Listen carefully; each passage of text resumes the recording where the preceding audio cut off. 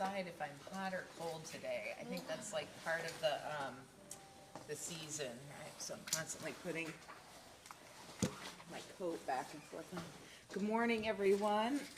I'll call the April 4th, 2023 meeting to order. Do I have a motion on the Clerk General? So moved. And yes, we have no requisitions today. Do we have any additions? There is, You wanna there wait is till a the end? resolution for consideration that is not on the consent agenda. I have a resolution to authorize participation in a sublease purchase agreement with the Ohio Secretary of State for the purchase of acquiring and implementing voting machines and equipment. And Brian, as I say, Brian is here if you have any questions. Brian, do you want to just come forward and just state your name and title for the... Good morning, Brian Salith, Director of the Board of Elections.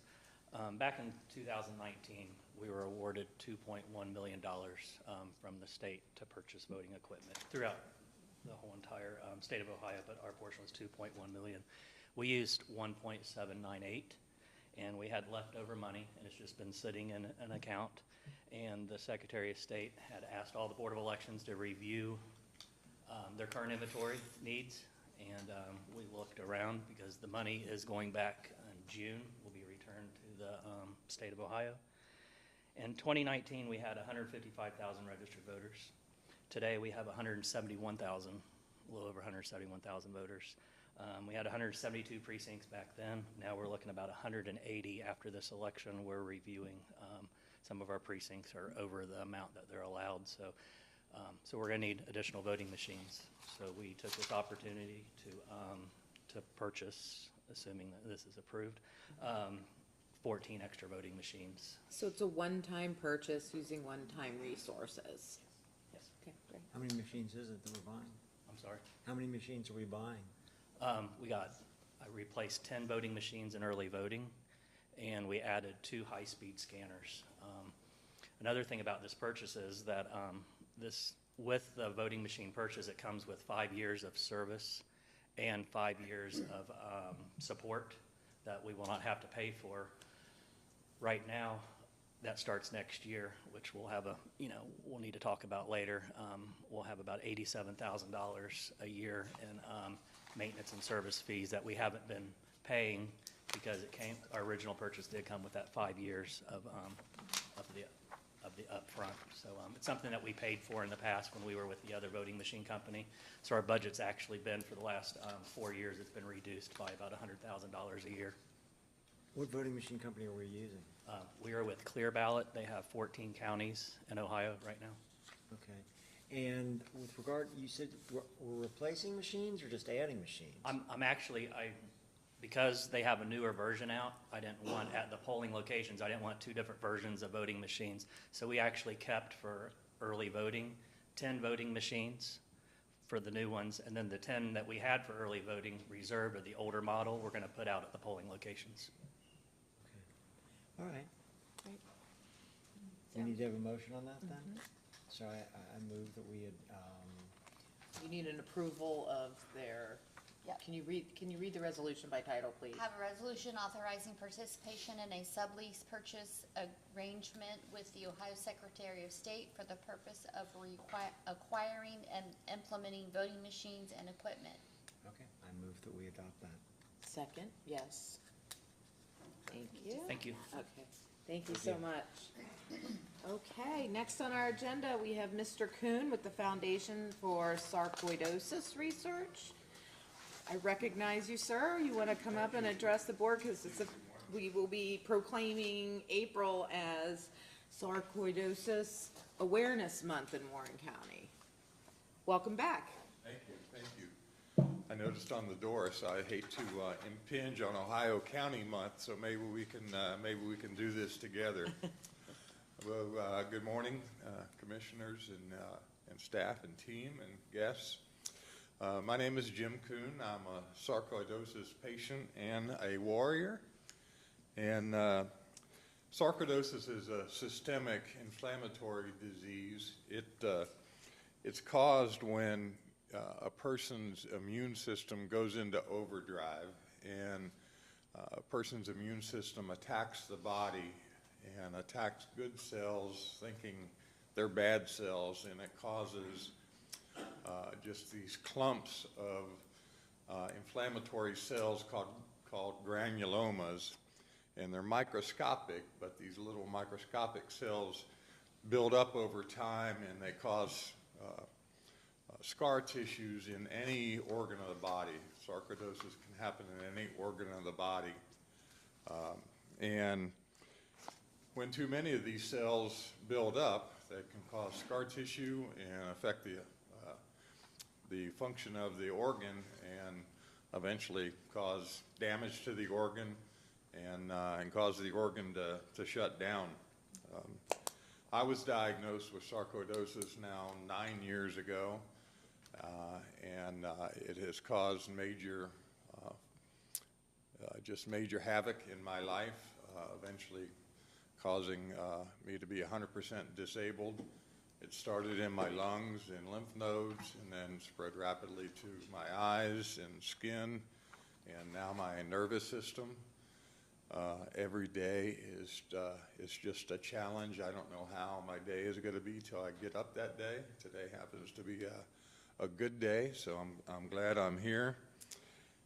Unfortunately, sarcoidosis is one of those 7,000 rare diseases where there is no known source or cause or cure, and very few effective treatments. And that's why I advocate for more awareness and things along this line. Just in the last few months, on a personal note, I've just had a very difficult time beginning in November or December. I've gone through multiple flare-ups, we call it, where my body just hates me. And I missed Christmas time with my family because my lungs just wouldn't operate. So I missed Christmas time, and then I was getting better, and then I caught COVID for the first time. I was so careful. I was a hermit for the first 2 years of the pandemic, and then I finally caught COVID and ended up in the hospital and back and forth with doctors for 2 months after that. And I'm really just getting back to my strength now, but the last 6 months have just been horrible. And I'm only 63 years old, but I don't really feel that old. But I think I put in my note, Tina probably saw it, that I've had to buy a lift chair, and because I can't get up out of my chair at night, and my wife has just gotten tired of having to help me up to get me to bed. My body fights itself during the day. That's what inflammatory diseases do. And by the end of the day, even after 6 o'clock, I really can't move during the day. So we broke down and got a lift chair, but I never thought I'd need to get a lift chair. And that's kind of what this disease does to a person. So I hate what this disease is doing to my body and to my family and to those around us. My wife and I can't go out on dates. We can't go out with friends because I can't go out at nights. Although, because today's a good day, when we leave here, we're going to go out on a breakfast date. That's what we've learned to cope, so we do the best that we can. And I advocate for others. I'm a volunteer patient advocate with the Foundation for Sarcoidosis Research, and I fight for others to bring awareness, and I help other patients try to learn how to cope with this disease and live a fulfilling life with sarcoidosis. As I mentioned, every day is a challenge, but every day that the Lord gives me and I wake up, I fight on, because that's what warriors do. So thank you, commissioners and team, for honoring me here today. It means a lot to have my hometown and my home county behind me. As you've heard me talk, this disease makes you feel very isolated, Makes my wife and I feel isolated because we have to stay at home so much, and this disease makes me stay home. So to know that there's people behind us and that people do recognize us, again, it means a lot to us. So it helps us to fight on and knowing that. So thank you again. Appreciate it. We sure appreciate you being here today. Would you like to reintroduce your wife to Yes, us? my wife is also a patient advocate with the Foundation for Sarcoidosis. She is one of just a handful in the country. She is a caretaker advocate, and she speaks with me at conferences. My wife, Jean Kuhn, stand up, honey. We actually both were honored. Last April, we spoke before the FDA. We had an opportunity to speak before the FDA about the burden of sarcoidosis on patients and family. So it was neat.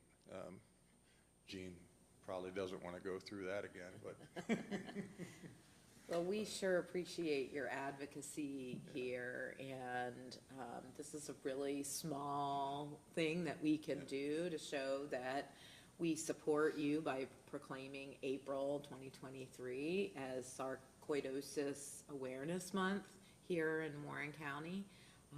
So know that by you being here today is really not only a good education for us who are here, but also it helps elevate your cause to those not only who are in this room, but who are listening in on the Facebook or whatever the version is we use to televise that.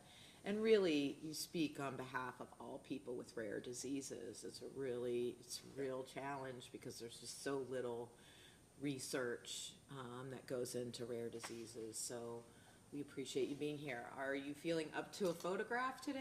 I'd love one. Okay, well, let's do that with our proclamation.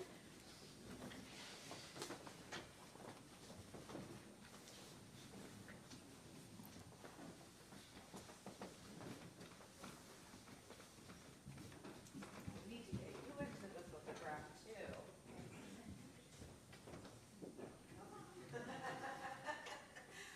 We do it between these, right, I don't want to make you walk any further than you need to.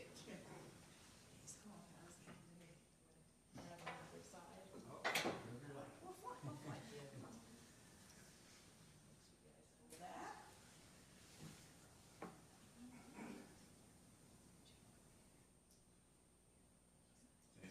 Thank you so much for being here. Thank you for being here. It's nice to see you again. It's nice to see you again. Take care. Thanks for all you guys do for the county. We just love it. Well, we appreciate you being here.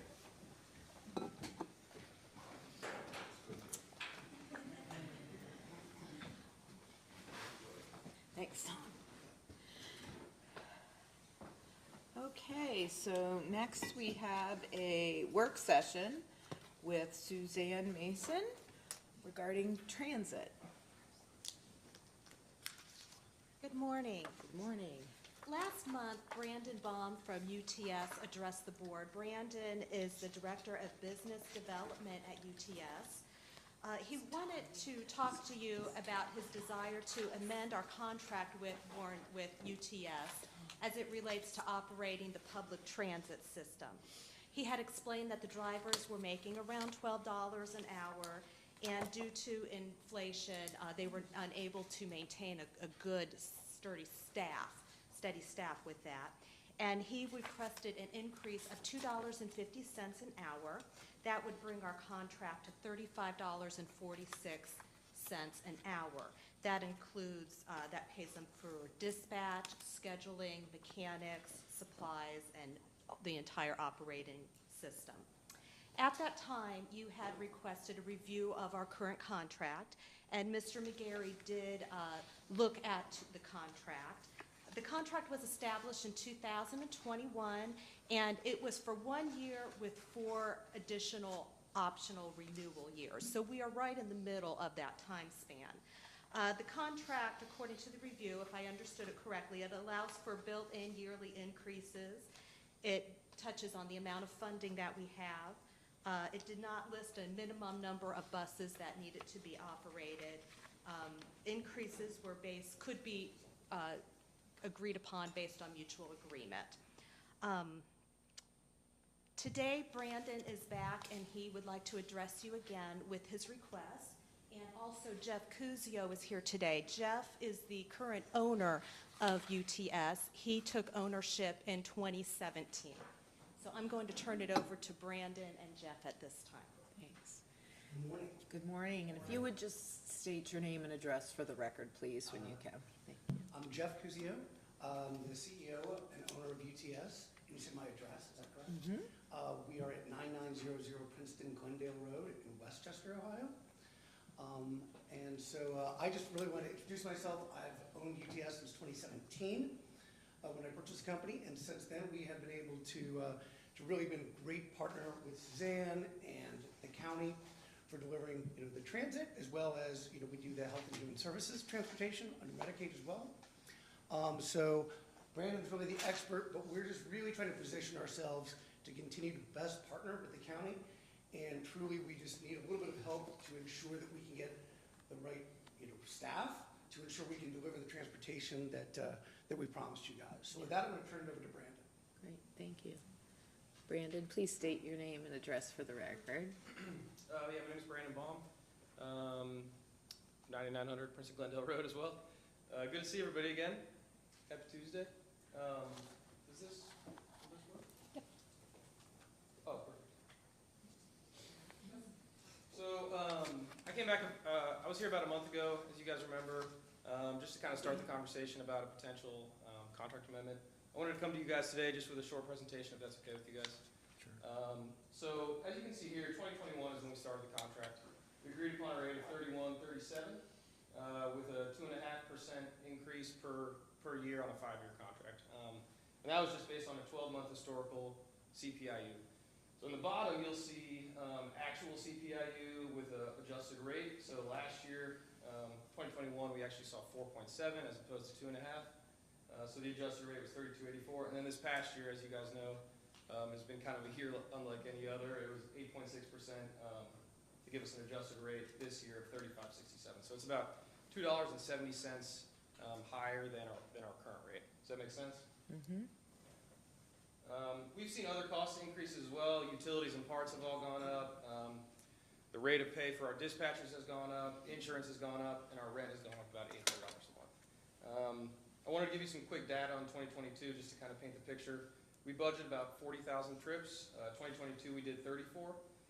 29,000 revenue hours, we did about 24,300. So that equates to about a 2.3 to 2.5 annual shortage of drivers. So our proposal is, as Suzanne said, a $2.50 rate increase. This will be a full wage pass-through. What we want to do is give a $2 raise to all of our drivers who have been there 5+ years. We got a lot of guys who have been there 10, 15, and are still making in the $12 range, $12.50-ish. And then we want to bring in new hires at 14 instead of 12, which I believe will be the key for us to bring in 3 to 5 really good drivers for the county that stick. $12 an hour candidate in January 21 is worth $13.80 right now. So what does this mean for you guys? In the contract in 2021, it stated we needed 14 drivers during peak times, which was accurate. Now, in our current state, we need about 17 during peak times, and this is a great thing for the county. Root cause number one is free medical rides. Last year we did a bunch of free medical rides. Every month we had a different cause. So, 1 month would be dialysis awareness month, so anybody who was going to dialysis had a free ride. This kind of was the perfect word of mouth marketing, because all of a sudden we started getting an influx of calls. These people were telling their friends about their free rides, and then all of a sudden we had a bunch of new clients that had heard about the free rides and heard about the service. We'd also seen an increase in demand in Mason and Lebanon, obviously, and then just a total increase in customers post-COVID. So what we want to do with this is hire 3 to 5 high-quality candidates, $14 an hour. There'll be 2 drivers in Mason full-time, 1 driver to run a new proposed Lebanon loop that Suzanne and Rochelle, our manager, have been talking about, and then 1 flex driver to kind of help wherever the demand is. If we can get a fifth one, there might be an opportunity for a Butler County route connection, which would be awesome as well. So that's all I've got. Thank you guys for your time. We're here for questions if needed. Yeah, the only thing I would say is that, we budgeted a 5% profit, and at the current rate, the company loses money every single month on this contract. We still won't really, we're trying to just break even at this point and be able to bring in drivers. So it's really kind of our opportunity to really support, to up our support to the county and really provide the transportation that, we think you guys need. Okay, but this is to increase the pay of your current drivers and prospective drivers. Yes. Full pass-through. Every penny goes directly to the employees. Yeah, that's what I thought. And so the question, before I ask you further questions, one of the questions we had was to Bruce and the contract. So what, do you have answers to the questions about the contract that we were asking last time? Yes, one of the questions was there a minimum number of buses required in the contract, and the contract per se? The answer to that is no. The contract, your other question had to do with were there built-in increases, and the answer is yes. The 21 contract was at $31.37 an hour with a maximum of $933,698 total cost. Well, let me note that in the contract it provides at that rate, it is to cover the provider UTS's gross operations, administrative costs, and reasonable profit. And then it increases, again, this is a one-year contract, and if the contract is renewed, there were built-in increases. So it goes from $31.37 and 21 per hour to $32.15. And of course, you did exercise that option to renew by mutual agreement with UTS. In 23, the same, and it went up to $32.96. And then in 24 and 25, there are increases as well. So all that was built in when they provided a budget to bid for this particular contract. And there is a provision that does allow the parties to mutually agree to amend the contract, but we've not really amended the contract per se. All you've done is exercise the options. The documents were captioned an amendment, but they really weren't an amendment. They were just an exercise of the option. So they're asking you to deviate in term for 2023, and the only way that that can be done is by mutual agreement of the parties. All right, so each year, the contract can be renewed on the terms that are specified if both parties agree, is that right? Correct. And if either party decides they don't want to do it any longer, then it's over, is that right? Correct. You would have to exercise the option to, next year, for example, to have a contract with UTS to provide these services. So in other words, for 2023, we have a binding contract. We do. All right, at the price that is set forth, which it included an increase. And so if we get to the end of this year and they don't like the pricing, they think it's too low, they can say, I don't want to go forward with this contract any longer. Is that right? Correct. And unilaterally, they can end it. And at that point, we would have to go out for bids to get the service provided for again. And then we have a completely new contract, them or somebody else. Is that right? Yeah, it's not unilaterally ended. It ends by operation of the terms of the contract.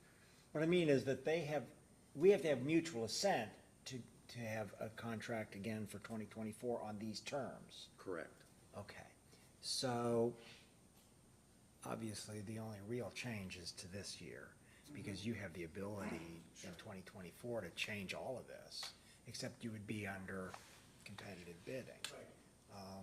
And so then the question I've got is, given the fact that there's a binding contract, are you not able right now to make a profit because you're paying your drivers more than the 12 or whatever dollars? You're actually paying them the rate you think you need to get the drivers? What's causing the problem? Because you mentioned that you're not making money. And I understand from the contract, that the contract should provide you with reasonable profit, which we assumed and you assumed would do that. And you re-upped in 2023, knowing about this situation, right? Yes, we did know that we weren't making profit. We were trying to figure out, we're always trying to figure out how we can cut costs or whatever else to drive it. You know, we built in a 2.5% increase every year because that had traditionally been the CPI. And so it was our understanding, whether it's correct or not, that, you know, once we put a 5-year, there's 1-year contracts, we put a 5-year proposal in it. So that when we re-upped in 2023, we just used the same pricing, and we're losing about $40,000 a month currently. That isn't necessarily all wages. A lot of that is insurance, just, you know, other costs that we have, just other inflation. So we've tried to up wages as far as we can, but now we're stretched to the point where we just literally can't raise them any higher than the current rates, and we're not attracting enough new employees. We've been trying to get from 13 to 15, 16 drivers. I have a meeting about this every single week, and every single week they're saying, guys, I can't attract anybody at these rates. So that's, you know, what our biggest concern is. Okay, so now, if I understand what you all have been telling me, is one, this is straight pass-through, so this is not gonna solve your loss or your profit situation. No, but Okay, we have a big enough mix of business that we can kind of weather that. okay, so you're saying that you've got business outside of Warren County that makes you weather it. All right, but this doesn't actually solve it in our county for our contract for you. And I'm wondering, given the fact that obviously you understood by the end of 2022 what the impact of the inflation was and on wages, why at that point didn't you say, we're not gonna go forward with this contract and we wanna have a bidding and have a new contract entirely? Why didn't you do that? Could have gone through, would have been the whole RFP process, everything else. I think our team continued to push, what other options do we have? What other recruiting, you know, options could we do? Where else could we find employees? And we kind of worked it and tried and we just got to the point where, like, you know, at this point, we've pretty much tried anything and everything we can. So I think we were maybe a little bit overly optimistic that we'd be able to solve this problem. You know, kind of coming out of COVID, we thought maybe things would return to normal. And really it's a return to new normal, which unfortunately I don't think, once wages go up, they don't ever really come back down. Other inflationary, you know, pressures can go up and down, but wages really don't. Yeah. And so, you know, I think some of it's just learning that we got from kind of coming out of COVID and now seeing, you know, it's just a different world. Now, would this, Bruce, if we were to do this, would this apply retroactively for the full year?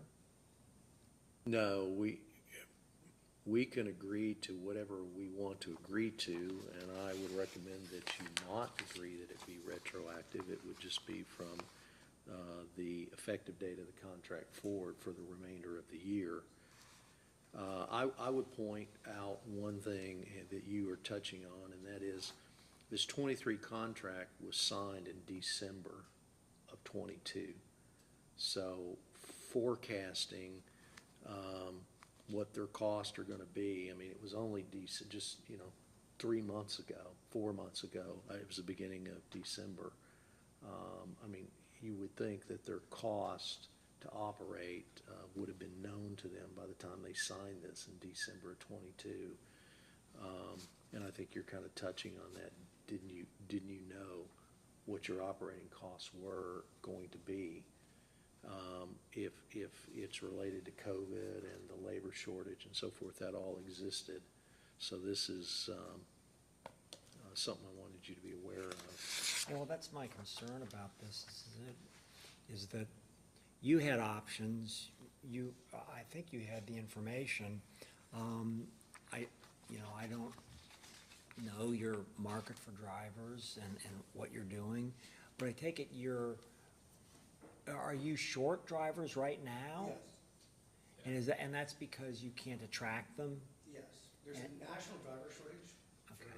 And across, not just Warren County, across the United States. We also operate a very large school bus operation. And it's just, literally, it's a problem nationwide, and the wages just keep going up and up and up as people compete. Yes, we have superintendents who are driving school buses. We're well aware of. So it's the same, we have exactly that same pressure. I mean, look, my point of view is, it's not surprising to me that you can't hire anybody at $12 an hour. So I think the question from my standpoint is, do we want to provide transit services? And here's what I appreciate. I appreciate that the money is gonna pass through directly to the drivers. So many times when we talk about rate adjustments and we talk about wages, those rate adjustments rarely connect directly to the workforce. And so because of that fact, I would certainly support trying to support the drivers, because we need this service in our county and we're already undersubscribed. Having said that, it seems to me, though, it is such a substantial increase to the contract, not necessarily to the wages, but to the contract, that I think it would warrant us to rebid the contract at the conclusion, or maybe we need to start that process sometime this year for next year, because it just changes the base rate. And so, that's certainly where my head is, and I don't know if it's fortunate or unfortunate for you that there's only two of us here today. So we have to be in agreement in that, but I will, agree that this seems to be something that was knowable, and we perhaps should have opened this back up. But I'm not willing to allow my constituents not to go with transportation, and I think ensuring that the increase goes to wages is prudent. And I know that we have the resources available because we're under hours, because we're under drivers. That would be my point of view, Tom, but. So I know that David was probably the most vocal person at the last time you were here. And, what's that? Yeah, that would have been nice too. And so I'm thinking, is he back? But my understanding was there was some issue with the company. I don't know if that predates your ownership of the company. Yes. To be honest with you, I heard about, the meeting from Brandon. I was not even aware that there was an issue with some sort of legal suit with the county that certainly occurred before I ever owned the company. And, Yeah, and it occurred before I was here, so I did not have that historical context. David was much more knowledgeable about all of this. And so I think that we ought to vote on this with him present. Is there any reason why we can't postpone this vote until next week? No, I don't have any. Because I think he ought to be here. Obviously, obviously, I want to provide the service. I want you to be able to attract the drivers that are needed. I'm a little bit, obviously quizzical about why this wasn't addressed, when it could have been addressed in a way that was consistent with us representing the public to get the best pricing. And I don't even know how many people are attracted to doing this service. I mean, was there competitive bidding last time with more than one company? We went out to bid and had RFPs sent out, and when we did this in 2020 is when we went through the process. UTS was the only company to provide it. Right, that was my recollection too. So, which all goes back to, okay. There's a driver shortage and nobody wants to perform Well, the service. Or goes back to the point that he made, which is that I'm not making money on this contract in this county. And so if you would indulge us, I'd like David to be here for this. And he had more knowledge of it. I'm inclined to agree with Shannon on this, but I would like David to be here. So thanks a lot. And I know that he grilled you in particular last time. You weathered that very well, by the way. And I felt for you, okay? Because David is very plain-spoken sometimes. And, any event, we'll get back to you right away next week then. All right, thank you. Did they If provide I could the real PowerPoint quick Yep. touch to on us? I got it. You have the PowerPoint. I was just making sure we had a copy of your PowerPoint. I wanted to see, in light of Commissioner Jones's comments about somehow underwriting rate or hourly increases for drivers. See, the formula is 29,764 hours per year multiplied times the hourly rate. But if they're not providing that, we need to make that determination. You made the comment that if you might support it if it was some sort of a direct supplement to the hourly rate for the drivers, as opposed to underwriting this overall company profit. Yeah, I'm interested in it going to the drivers. I don't believe anybody can hire anybody for $12 an hour. So I can be mad that we didn't have this conversation earlier, but it doesn't surprise me that you can't hire the workforce. So provided that the increase goes directly to the workforce to solve that problem, then it's up to you all to then figure out how to solve the profit problem. That's not, in luckily, the grand scheme of things, as a percentage of our total revenue, this contract's pretty small.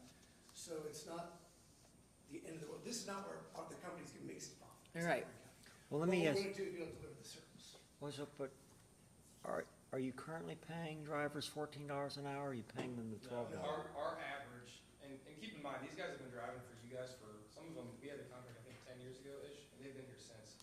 Our average for those drivers, which is 9 drivers, is $12.36. Okay, so are you going to, if we do this, are you going to immediately raise their Yeah. rates as Everybody, well? right away. So All in right. theory, they'd be at 14.30, and I can send you guys whatever documents you need to show that it's going straight to them. Yeah, well, that's what you said in your PowerPoint. Yeah, And that's what you said it was a pass-through directly So to your we drivers. just give you the payroll, obviously, we just provide you the payroll files. Yeah. So you'd be able to see it instantly. Okay, well, obviously, we've got to do more than just that. We have to have a contract that specifies this somehow. Sure. So we'll address it then next week. Okay. If you want to come back, you can, or that might be helpful. I don't know if that's an imposition on you. It's in me. If you want me here, I'll be here. Is that okay for us to do this next week? Let me Yeah. get Suzanne. said I Suzanne. didn't bring mine. Is that okay with you, Shannon? Yeah, Follow up with me. I have some questions. All right, thank you. Thank you. great, thank Thanks, you. guys. Appreciate it. Okay, next on the agenda is Trevor to talk about our campus master plan briefly. Back again. So, good morning. Good morning. Trevor Hearn, Director of Facilities Management. Champlin Architecture was here 2 weeks ago to present the master plan study to you. Wanted to circle back with you today after you've had some time to process it. It was a lot of information thrown at you last time. Just to get your thoughts on the plan, answer any questions you have. Want to say thanks to Judge Loxley for joining us here this morning. We also have Jim Boris from BSWC Architects. Jim is our criteria architect on the County Core project. So I thought this morning we'll just do a quick walkthrough of the master plan from last time, and you guys stop me at any point you have any questions you want to ask. But I was going to flip through the part on our campus here, the proposed changes to our layout here, and walk through that one more time.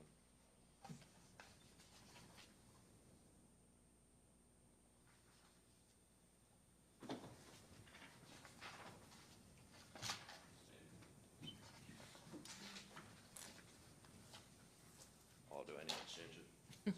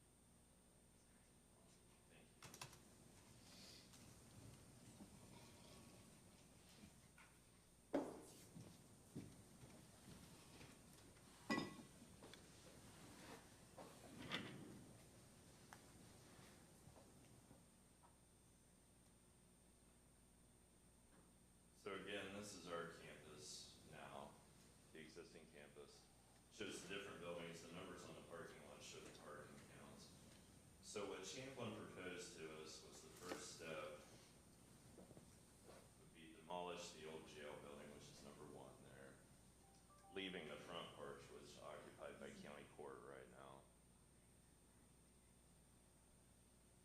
The next step would be to build a new county court facility, which is number one, and then demolish the existing county court facility, which is number three.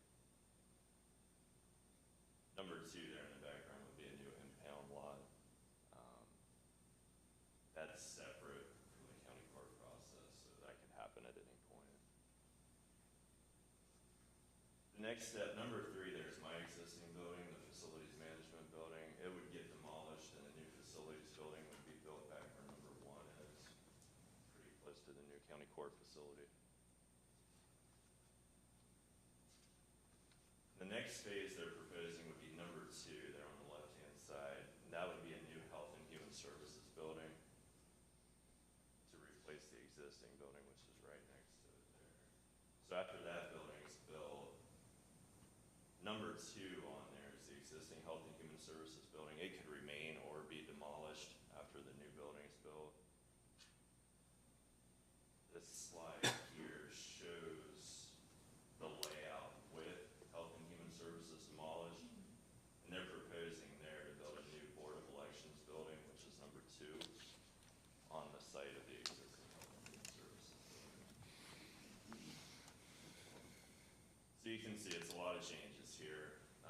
This would probably be a good point to let Jim come up and get his professional opinion on the placement of this new county court facility, and really on his thoughts on the master plan overall. So, again, this is Jim Boris from VSWC Architects. Welcome back. Thank you. Nice to be here. Appreciate it. So Trevor did send us the master plan, and we spent a few days looking at it. And in general, we think the plan is very good. We kind of agree with, we think Champlin did a good job on laying out your campus. The position of the new county court building is one of the spots that we were considering. If you remember, we were looking at the site right next to the current Common Pleas Court building, or in the location where Champlin is showing it. So we thought both of those were good possibilities for the location of that building. We think this is a good location. I think it preserves, it's going to provide plenty of parking that's important to those needs, and also it preserves a lot of the space behind the current jail or the old jail for some of the services that they're showing on there. So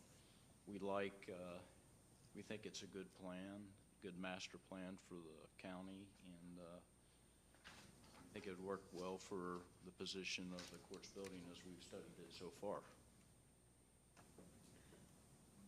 Do you want to talk about our process or anything moving forward, or? Yeah, do you want to share what the next steps will be once we finalize the position? Okay, so as you remember, we were hired as the criteria architects for the county court project.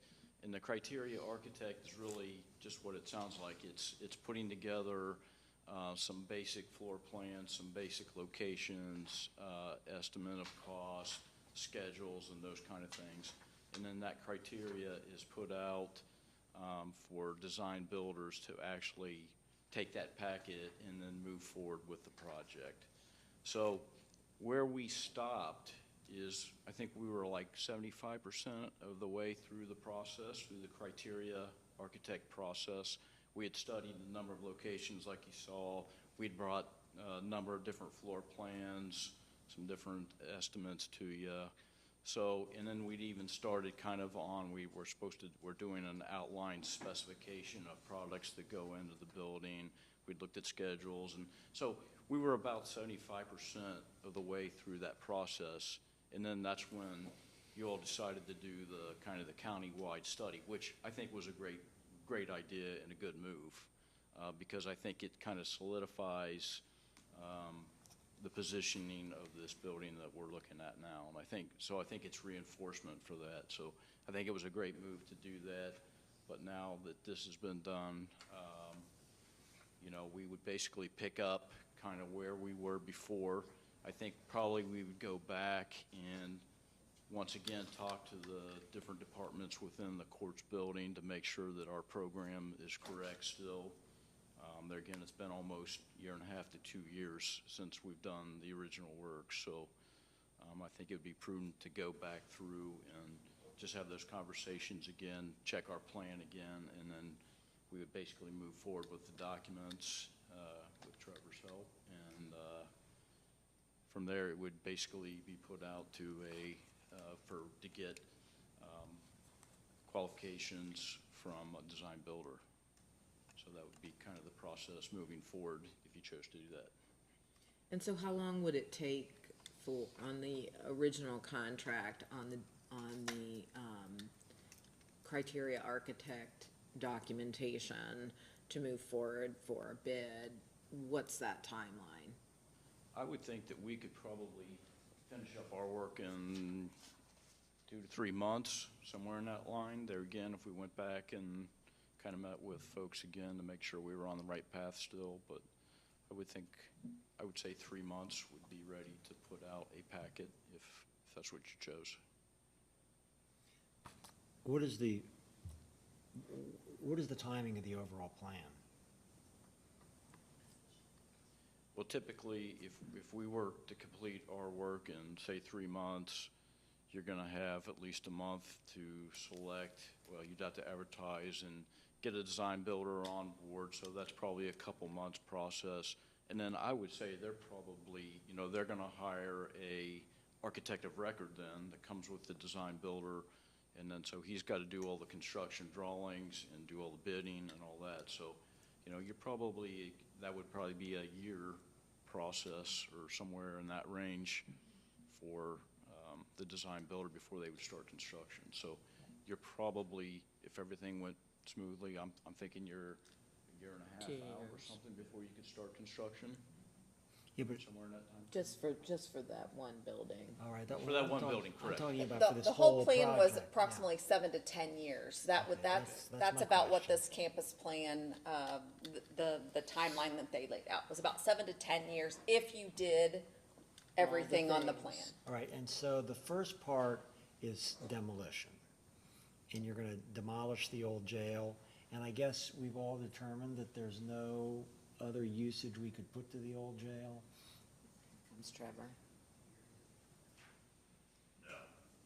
We feel no use for the building as is. If we would spend more money turning that facility into something usable than we would spend building it new and replacing it. What about if somebody in the public wanted to do something with it?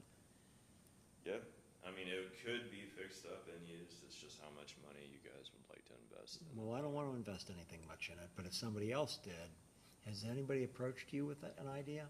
Yeah, I've taken several groups on tours through the building, and when they saw the condition of it and the price tag to rehab it, that was the end of the conversation. So there's nobody that you know of right now that's currently interested? No, sir. All right, because I was approached by somebody some time ago. I don't know what their current position is, but, all right, so taking that off the table, supposing that there would, and it doesn't surprise me that somebody would want to transform that into something else, since you a long time ago told us about all the problems with it and the significant problems with correcting those issues. Then it seems like we're trying to solve, and you guys correct me if I'm wrong, Trevor, you know this, there's sort of the impetus for this is, one, we've run out of space for our county court judges. They need more space. Correct. So they need, and we went through, you guys presented stuff to us about, you know, expanding on the site, going with this 2 stories, there's a whole bunch of different stuff. Now that's completely different, what you're proposing now, is you're talking about wiping the whole thing out and going to a completely different location. Correct. So this is totally different from the previous look at that. Then the next thing we're trying to solve, apparently, is the Board of Elections problem, because we're being told that the current building, which is pretty new, because that was all done back in, I don't know, 2012 was when it was constructed, is that right? All right, and they've got the space they need right now, but they need more space, apparently. Yep. And in addition, the prosecutors don't like the way things are going on with their buildings, so they want to get different structures to move people so that they don't have, I guess, prisoners coming in and seeing the prosecutors or whatever. Okay, so apparently if we move the Board of Elections to a different site, and then we take the current structure and we repurpose it in some way, we can solve some of those problems. But I guess that requires us to actually move the Board of Elections someplace else. But, is that right? Am Yes, I sir. summarize that correctly? Yep. Okay. And then once we've done those things, and the suggestion is that we have standalone buildings all over the place. So that's one of the things about this plan that strikes out to me, is that we're creating, everybody's got their own little building everywhere.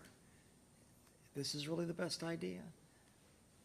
Yeah, I mean, we spent months on the master plan study looking at the different options. You know, and we did look at combining Board of Elections with a Health and Human Services building, even combining it with a new facilities management building. But once we went down those roads and explored those options, it made the most sense to build standalone buildings for each department. And that makes sense in light of how this county is growing and the fact that if we double in size over the next 10 or 20 years, are these buildings gonna suffice for that? Or are we gonna have to do this all over again? But now we've created these buildings all over the place that are basically single-story buildings. Correct. Yep. And I think Except for the new Health and Human Services building, that would be a two-story building. And I think the master plan, really, if you recall, Champlin said, really when you're master planning, they're really only good for about 10 years. It's difficult to go out much further than 10 years. So that's where they kind of focused in the next 10 years, what the growth would be.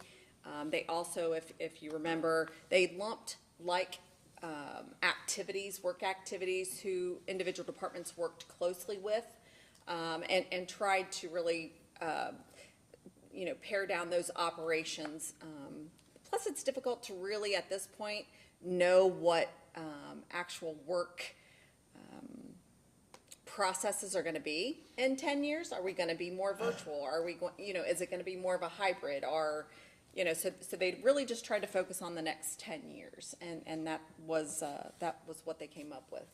And if you look at the proposed locations on there, all those sites offer room for growth in the future. All those buildings could be expanded on if needed.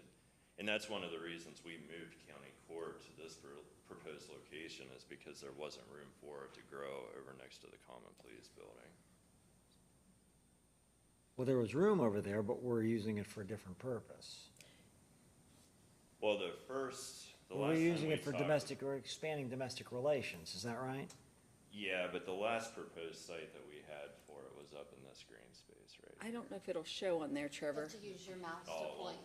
It was actually, Tom, in between Common Police Court and there you go, right there, where the big mound of dirt is, if you recall, on the back side of the building. Yeah. It might have allowed for a one-story building, but no future growth. And I believe at that point in time, the commissioners wanted to allow for future growth. And that was where we came in at, is it better to change locations and do a one-story with growth?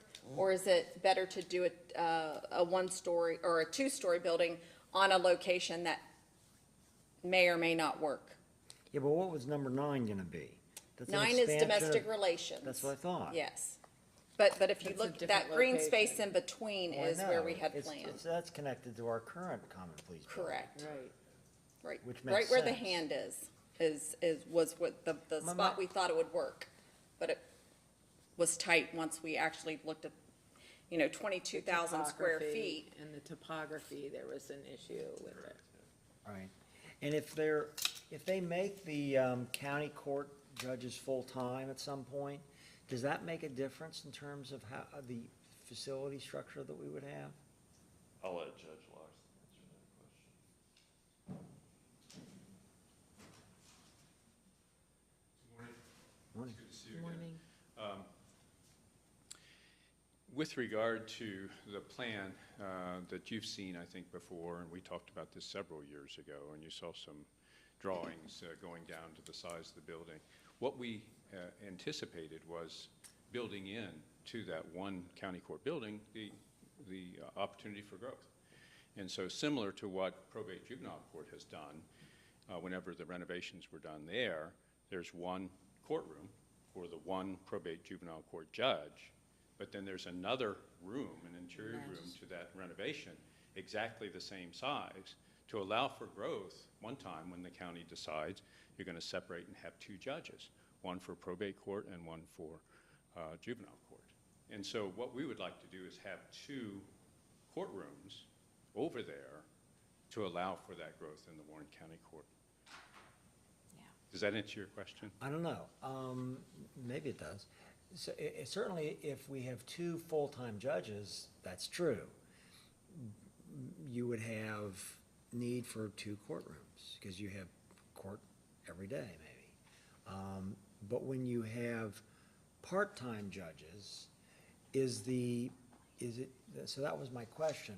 Do you believe that being part-time, you're going to have overlap where you need two courtrooms? Or is it really the prospect of the growth being such that you're going to have two judges in court at the same time?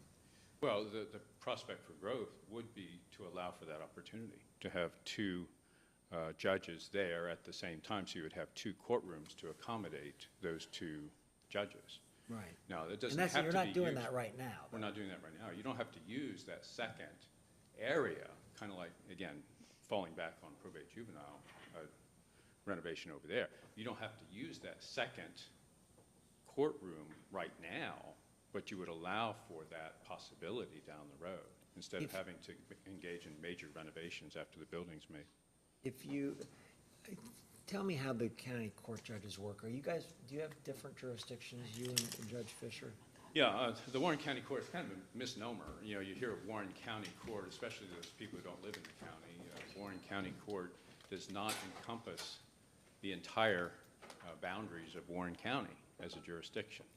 You have three municipal courts, as you know, in Warren County. The Franklin Municipal Court, which covers the city limits of Franklin and Franklin Township. So anything that happens in those jurisdictions goes to that municipal court. And then here, where we are now, the city of Lebanon, there's a Lebanon Municipal Court in Turtle Creek Township, so anything that happens within that jurisdiction goes to the Lebanon Municipal Court. Then down south, in your backyard, Deerfield Township and Mason city limits goes to the Mason Municipal Court for anything that happens there. The Warren County Court, where we are, is everything else in the county. So we have the remaining 8 of the 11 townships and 10 villages and municipalities in our jurisdiction of the Warren County Court. The way the two part-time judges have divvied it up, and we inherited this and it works fine, is the 4 northern townships not covered by Franklin Municipal and Lebanon Municipal Court, and those villages and municipalities within those 4 townships fall into the northern part of the Warren County Court jurisdiction. We call it Area 1. That's the jurisdiction that I cover. And then the remaining 4 townships and the villages and municipalities, again, not covered by Mason Municipal and Lebanon Municipal Court in the southern part of the county, that falls into the southern part of the Warren County Court jurisdiction, and we call that Area 2. And that's the jurisdiction that Judge Fisher has currently, my colleague on the bench.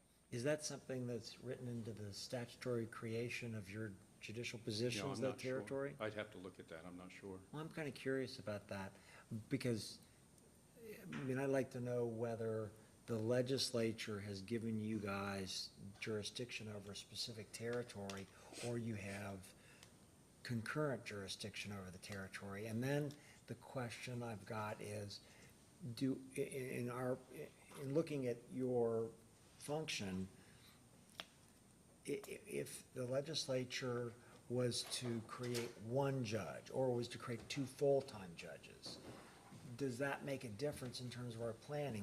Are we going to need 2 full-time judges in the next 10 years, do you think? It's hard to tell. I know just in looking at it, I think I came over with the commissioners at one time. If you recall, several years ago, there was a court consolidation study that the commissioners authorized. I think that was way back in 2012, 2013 timeframe, maybe a little bit later by the time you got the final report. I'm sure that's available for you to refer to. if necessary, and it may have some of the answers to the questions that you're asking me today. I just don't know offhand. It was a rather extensive report. Okay. Well, the reason I'm asking that is because we want to plan for this. And, I mean, it used to be that these other municipal judges were part-time, like in Mason.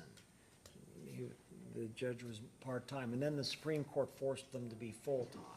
And it seemed to be related to the population I of agree the with that. jurisdiction.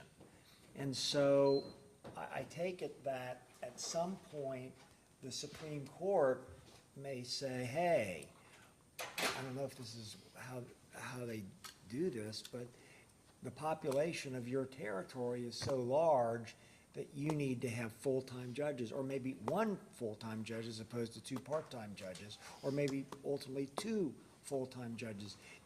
Is that done by population like it was required in Mason and Deerfield? I do believe, and again, I'm speaking off the top of my head, I'm not prepared to answer that completely today, but I do believe that the Deerfield Township, Mason Municipal Court jurisdiction, city limits of Mason, that was triggered by population that was already in the statute. And once there was a certain number of individuals within the jurisdiction of that part-time municipal court, then they were required to go full-time. I believe it was 50,000. Yeah, I agree with that. So, I have no reason and to that was not us. We weren't the ones doing disagree. that. No, we were not. But what I'm curious about in terms of our planning purposes is understanding that issue. It would require a legislative change. But I don't know what's baked into the current legislation. That's the question. It would just require a legislative change. Oh, I agree with well, I don't know. It's not necessarily triggered by population.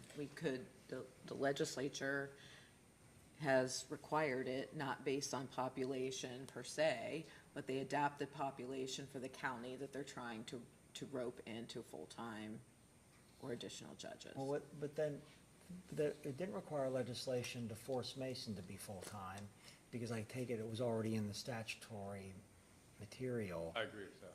So that was my only question, is the legislation creating your judgeships working the same way, or is it different? I think the legislation under that title applies to all courts, but again, I haven't done the research, and I'm not prepared to Well, I wonder, Bruce, to do you understand address the question I'm asking? those I mean, things. I feel like we've had this exact conversation prior to engaging with the criteria architect about what it is we wanted them to build. And so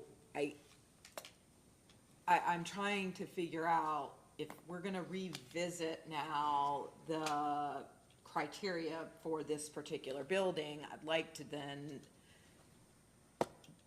do that in the context of revisiting this contract, because we have already provided to the criteria architect what it is we wanted, where we had this exact same conversation. And we opted at that time to do this opportunity for growth, just like we've done in other courts. And so now this is like we're like opening up this whole can of worms on project that's 75% of the way completed. And so if we want to capitulate from that, we certainly can choose to do that, I would imagine. But what I don't want to do is open up a conversation that we had 2 years ago, when you're here simply to say, where is the building gonna be located so we can finish up the drawings and get it built? And so it seems to me, I'm not really sure what the question of today is, if we have to vote to approve this master plan, which I wouldn't be hyped to do without Dave here. But I do feel like if everyone is in agreement that we need to level the jail building and we've identified a location for the court, I'd like to be able to move forward in that. And then if we want to, Tom, reopen this conversation, then I think we have to, that's something entirely, we could choose to reopen that conversation, but that's gonna require a whole new round of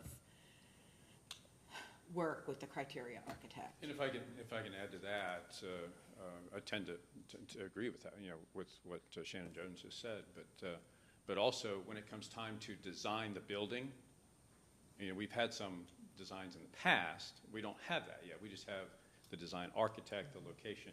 I mean, there's some indication of it here. We don't go down to the, you know, the square footage and all of that. So we might be able to save, if you're willing to, you know, your question for when we get to the actual design, you know, all of the nuts and bolts of the actual design of the building. All right, well, okay, so I don't have maybe as good a memory as Shannon does with all of this. But I think I've been asking this kind of question You all have. along. And I don't know the answers to it. And I think it's a totally fair question. Like, I don't think it's a illegitimate question. I mean, it came up with the previous court, it came up with this one. I think at that time, we just decided, well, there's no indication that we're not going to continue to grow. So that's also the reason why we opted to not utilize that space, because it wouldn't allow for us to do any future growth. And it was really constraining, as I remember, on the site. And so I think the default position was, there's a lot of things we don't know, but we opted to go down the path of some flexibility in the size, anticipating growth. And to Tiffany's point, like this is only good for 7 to 10 years. It's just a plan. We can, not this building is farther along, but I mean, in terms of the master plan, it's just a plan. We can deviate from the plan as we learn more information about our growth. Well, we've had the county court in its current building for how long? I mean, I know I've been over there for Your career. For 23 or 24 years. I mean, I I can know it's remember. been there the 10 years I've been there. No, it has been located there for the 37 years that I've been here. Okay, there you So go. I can tell you Because that. I can remember going to Republican Party meetings in that building, in that courtroom, like 1998. And that's, So- and if I may, that's the point. It was not designed as a courtroom. And that's why we need a new court facility. Yeah. And we've talked about that before. Well, and I take it, Trevor, that structure, it would be better to tear it down than to use that as the one judge's facility and not build onto it for the other judge's facility? Yeah, we visited all that back in the beginning with our criteria architect, looked at the cost of each of those different scenarios, and it made the most sense to tear it down and build it. All right, and that's because you can't add on to it easily? Was that the decision? Yeah, and adding on to it doesn't solve the layout issues of the current facility, the ADA issues, the restroom issues, the security issues, all that. Adding on doesn't change that. The renovation costs were substantial, as well as just the effect of construction on operations made it very difficult to do that type of renovation work. Okay, Cost, you know, new HVAC system, new roof, new security windows. I mean, there's a lot associated with it that Trevor's kept us in Yeah. tune with. Yeah, All we right. could spend basically the same amount of money and have a building that really didn't meet their needs. yeah, okay. Well, I'm in favor of Shannon's point that we want to have Dave here to finally vote on it. And I know that the last time we were doing this with you, we weren't locking ourselves into anything absolutely, because we're gonna come back with specific plans of when you demolish and. Yeah, well, and I specific think, plans with when you a build. lot of Dave's questions, if I recall, had to do with things in the outer phases. And really, you know, thinking about how are we committing ourselves, like, it's a plan, but then what kind of insight will we have on the individual decisions that might be made in those particular phases? The issue that he talked about was parking, like, will we have some insight into what our parking needs actually are? Are we gonna overbuild on parking and that kind of stuff? And I think, at least in the short term, you know, I think that those are gonna be the conversations we have for 10 years. Well, I probably won't be here for 10 years, but, you know, the commission will have for 10 years. as we move forward down phases and what the building looks like, what our growth is, like none of that. We still will maintain all of that ability to deliberate on a project by project basis. It's merely setting forth kind of the scheme based on all of the conditions of our facilities and what we think the growth will be and the values we want to in preserving green space and walkability and continue to make it a unified campus. It's just sort of like, here's the blueprint for that. And so I think there's plenty of time to continue to discuss that. I guess what the issue I'm trying to get to resolution is, are we able to move forward at this juncture on having the criteria architect finish up the court building, as the judge is here requesting, and doing so with the understanding that the location is where it's identified on this master plan. Yeah, I think that was really kind of one of Dave's main questions, was asking our criteria architect, does that location, number one, work? Can you fit the size of building that we initially, that you initially kind of said 22,000 square feet, and that's with an addition? Does that still work on that location? I think that was kind of really Dave's main thing. It did surround parking, are we, overbuilding parking, as it sets, but I think that those are all things that the design architect's actually going to work with in terms of parking. But I understood Dave, and maybe he's had some conversations with Trevor. Well, is he asking us to pull this conversation for No, when he's here? He did not. I believe he talked to Tina. He said he was gonna get with Trevor when he was back and go over everything and have Trevor answer his questions. Has that happened? Pardon? Has that happened? Yeah. And one topic that Dave brought up last time was, obviously, we're gonna have to replace the SWAT garage if we build the county court facility over there. David mentioned possibly incorporating that into a new drug task force facility. So I did have those conversations with the sheriff's office. They are very interested in possibly. Okay, so I just think this is a pointless conversation without Dave here. I'm sorry to waste everyone's time, but here we are. And I have a docket. There are people waiting for me in court right now. Well, please go So get I your do docket. need to go, but thank you for your questions, and hopefully, like I said the last time I was here, and with your deliberations and taking the time to do it right, we support that wholeheartedly. But we'll get you a facility you'll like, I'm sure. Thank you. Have a good Thank you, morning. Judge. Tom, do you have anything else for Nope, Trevor? I don't. I'll circle back with you here soon, and when Great. Dave's here, we'll go over the details. Thank you. Thank you, Rick. Tiffany, before I take I a do- motion on executive session, I do you do have not. anything?